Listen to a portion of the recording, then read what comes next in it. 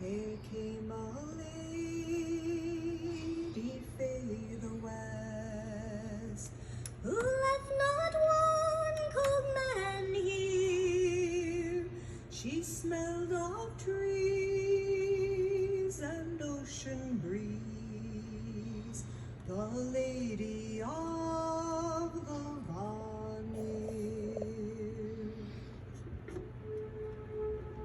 She kissed the pollen on the rose. She kissed the